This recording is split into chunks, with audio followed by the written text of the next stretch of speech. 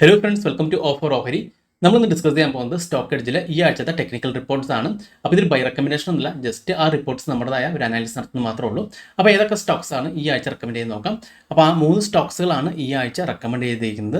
Raymond, എലിക്കോൺ engineering, വോക്ക്ഹാർട്ട് ആണ്. ഈ 3 സ്റ്റോക്സുകളാണ് ഈ ആഴ്ച റെക്കമെൻഡ് ചെയ്തിരിക്കുന്നത്. നമുക്ക് ഈ ഓരോ സ്റ്റോക്സുകളായിട്ട് നോക്കാം. അപ്പോൾ റെയ്മണ്ട് റെക്കമെൻഡ് ചെയ്തിരിക്കുന്ന കാരണം strong reversal from it's support zone എന്നാണ് പറഞ്ഞിരിക്കുന്നത്. അതുപോലെ തന്നെ RSIയും സ്ട്രോങ് ആണെന്ന് പറയുന്നുണ്ട്. ബൈ ലെവൽ പറയുന്നത് 2030 മുകളിലാണ് ബൈ പറയുന്നത്. അപ്പോൾ നമുക്ക് ചാർട്ടിൽ നോക്കാം. വീക്ക്ലി ചാർട്ടിലാണ് പറയണത്.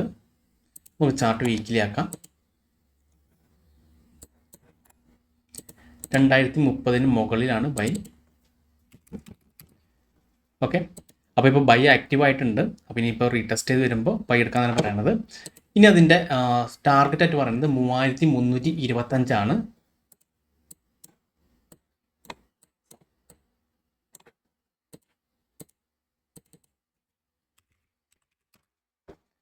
ഈ ഒരു ലെവലാണ് ടാർഗറ്റ് പറയുന്നത്. ഇതിൻ്റെ സ്റ്റോപ്പ് ലോസ് ആയിട്ട് പറയുന്നത് 1655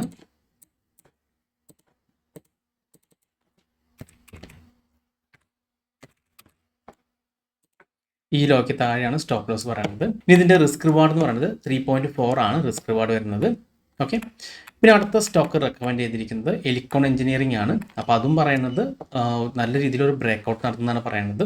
അതുപോലെ തന്നെ വോളിയം സ്ട്രോങ് എന്ന് പറയുന്നുണ്ട്. നമുക്ക് അതിൻ്റെ ആ ഒരു സ്റ്റോക്സിൻ്റെ ചാർട്ട് ഒന്ന് ചെക്ക് ചെയ്യാം.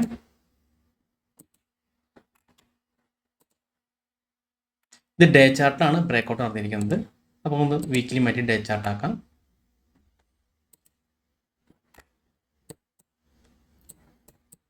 അപ്പോൾ ഇവിടെയാണ് ബ്രേക്ക്ഔട്ട് നടന്നു പറയുന്നത്.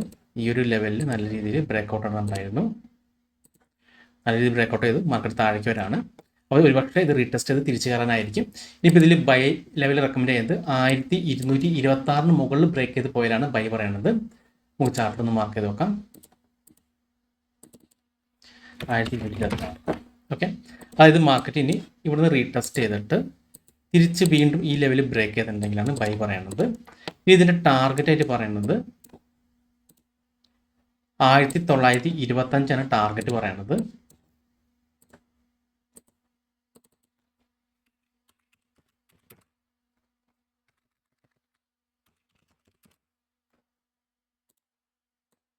ഇതിൻ്റെ സ്റ്റോപ്പ് ലോസ് ആയിട്ട് പറയുന്നത് 957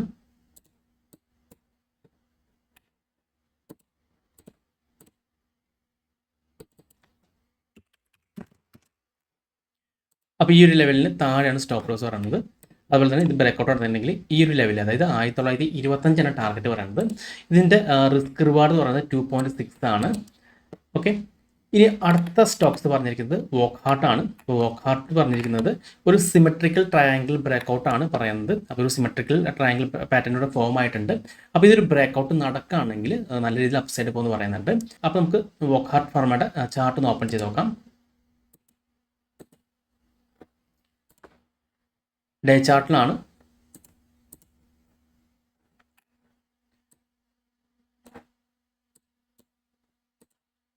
ഇവിടെയാണ് ഒരു പാറ്റേൺ വന്നിരിക്കുന്നത്.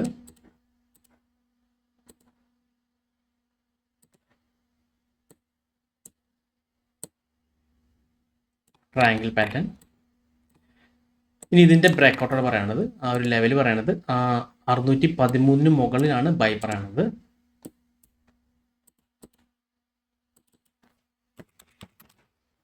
ഓക്കെ, അപ്പോൾ ഈ ഒരു ഹൈനി ബ്രേക്ക് ചെയ്യുകയാണെങ്കിൽ അപ്സൈഡ് പോകുമെന്ന് പറയുന്നത്. ഇതിൻ്റെ ടാർഗറ്റ് ആയിട്ട് പറയുന്നത് 810 ആണ്.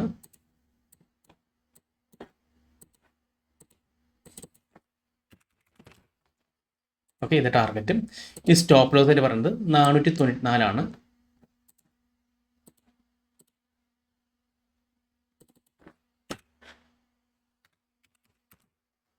ഓക്കെ, അപ്പോൾ ഈ ലോയ്ക്ക് താഴെ പോയി കഴിഞ്ഞാൽ സ്റ്റോപ്പ് ലോസ് പറയുന്നുണ്ട്. ഇതിൻ്റെ റിസ്ക് റിവാർഡ് പറയുന്നത് 1.6 ആണ്. ഓക്കെ, ഒരു സിമെട്രിക്കൽ പാറ്റേൺ ബ്രേക്ക്ഔട്ട് ചെയ്തിട്ടുണ്ടെങ്കിൽ നല്ല രീതിയിൽ അപ്സൈഡ് പോകുമെന്ന് പറയുന്നുണ്ട്. RSIയും സ്ട്രോങ് ആണെന്ന് പറയുന്നുണ്ട്. അപ്പോൾ ഈ 3 സ്റ്റോക്സിൽ നിങ്ങൾ ജസ്റ്റ് ഒന്ന് വാച്ച് ചെയ്ത് നോക്കാം. ഈ ലെവൽസ് ഒക്കെ ഒന്ന് മാർക്ക് ചെയ്തിട്ട് ഇനി നമ്മൾ അടുത്ത് നോക്കാൻ പോകുന്നത് multi year high break out ചെയ്തിരിക്കുന്ന കുറച്ച് സ്റ്റോക്സുകളെ പറ്റിയാണ്. സാധാരണയായിട്ട് ഒരു stocks multi year high break ചെയ്തിട്ടുണ്ടെങ്കിൽ നല്ല രീതിയിൽ അപ്സൈഡ് പോകാറുണ്ട്. അപ്പോൾ അത്തരത്തിൽ മൾട്ടി ഇയർ ബ്രേക്ക് ഔട്ട് നടത്തിയ കുറച്ച് സ്റ്റോക്സുകൾ കിട്ടിയിട്ടുണ്ട്.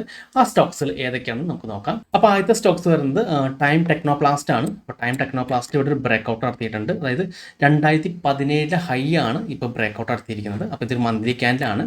അപ്പോൾ ഒരു അപ്സൈഡ് കാണിക്കുന്നുണ്ട്. അപ്പോൾ ഈ ഒരു ലെവൽസ് ചിലപ്പോൾ ഒന്ന് റീടെസ്റ്റ് ചെയ്ത് അല്ലെങ്കിൽ ഇവിടെ ഈ ലെവലിൽ നിന്ന് നല്ല രീതിയിൽ അപ്സൈഡ് പോകാൻ ചാൻസ് ഉണ്ട്. അപ്പോൾ ടൈം ടെക്നോപ്ലാസ്റ്റിൻ്റെ ചാർട്ട് നിങ്ങളൊന്ന് ഓപ്പൺ ചെയ്ത് ഈ ലെവൽസ് ഒന്ന് മാർക്ക് ചെയ്തൊന്ന് വാച്ച് ചെയ്ത് നോക്കാം. ഇതൊരു മൾട്ടി ഇയർ ബ്രേക്ക് ഔട്ട് ആണ്. പിന്നെ അടുത്ത സ്റ്റോക്സ് വന്നിരിക്കുന്നത് മാർക്സ് ആൻഡ് ഫാർമയാണ്. അപ്പോൾ അതിൽ നമുക്ക് കാണാൻ സാധിക്കും 2015 ഹൈ ആണ് ഇവിടെ ബ്രേക്ക് ഔട്ട് നടത്തിയിരിക്കുന്നത്. അപ്പോൾ ഈ ഒരു സ്റ്റോക്സ് അതിനുശേഷം ഒന്ന് റീടെസ്റ്റ് ചെയ്തു തിരിച്ച് കയറാണ്. അപ്പോൾ ഈ ഒരു ഹൈ ബ്രേക്ക് ചെയ്യുകയാണെങ്കിൽ വീണ്ടും നല്ല രീതിയിൽ കയറിപ്പോകാൻ ചാൻസ് ഉണ്ട്. Marks and pharma. അപ്പോൾ ജസ്റ്റ് ഈ ഒരു സ്റ്റോക്സ് കൂടി വാച്ച് ചെയ്ത് നോക്കാം. അപ്പോൾ ഈ ഒരു stocks multi year high break out ആണ്. ഇനി അടുത്ത സ്റ്റോക്സ് എന്ന് പറയുന്നത് ആഷ്യാന ഹൗസിംഗ് ആണ്.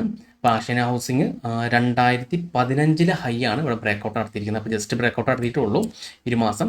അപ്പോൾ ചിലപ്പോൾ ഒരു പക്ഷേ ഈ ഒരു ലെവലിൽ റീടെസ്റ്റ് ചെയ്ത് തിരിച്ച് നല്ല രീതിയിൽ അപ്സൈഡ് പോകാൻ ചാൻസ് ഉണ്ട്. അപ്പോൾ ഈ ഒരു സ്റ്റോക്സ് നിങ്ങൾ ജസ്റ്റ് ഒന്ന് വാച്ച് ചെയ്ത് നോക്കാം. ഇനി അടുത്ത സ്റ്റോക്സ് എന്ന് പറയുന്നത് മോസ്റ്റിക് ടെക്നോളജീസ് ലിമിറ്റഡ് ആണ്. അത് 2003 ഹൈ ആണ് ഇവിടെ ബ്രേക്ക് ഔട്ട് നടത്തിയിരിക്കുന്നത്. നല്ല രീതിയിൽ ഒരു ബ്രേക്ക് ഔട്ട് വന്നിട്ടുണ്ട്. ഓക്കെ, ആ ഒരു ഹൈ ബ്രേക്ക് ഔട്ട് ചെയ്ത് നല്ല രീതിയിൽ ഇപ്പോൾ അപ്സൈഡ് കയറിക്കൊണ്ടിരിക്കുകയാണ്. ചിലപ്പോൾ ഒരു പക്ഷേ ഈ ഒരു സ്റ്റോക്സ് ഒന്ന് റീടെസ്റ്റിന് വന്നേക്കാം. അങ്ങനെയാണെങ്കിൽ റീടെസ്റ്റ് വന്നിട്ട് തിരിച്ച് കയറുന്നുണ്ടെങ്കിൽ നമുക്ക് ബൈ എടുക്കാൻ പറ്റിയ ഒരു സ്റ്റോക്കാന്ന് തോന്നുന്നു. ഇത് മൾട്ടി ഇയർ ബ്രേക്ക് ഔട്ട് ആണ്. 2003 ഹൈ ആണ് ഇപ്പോൾ ബ്രേക്ക് ഔട്ട് ചെയ്ത് കയറാൻ ശ്രമിക്കുന്നത്.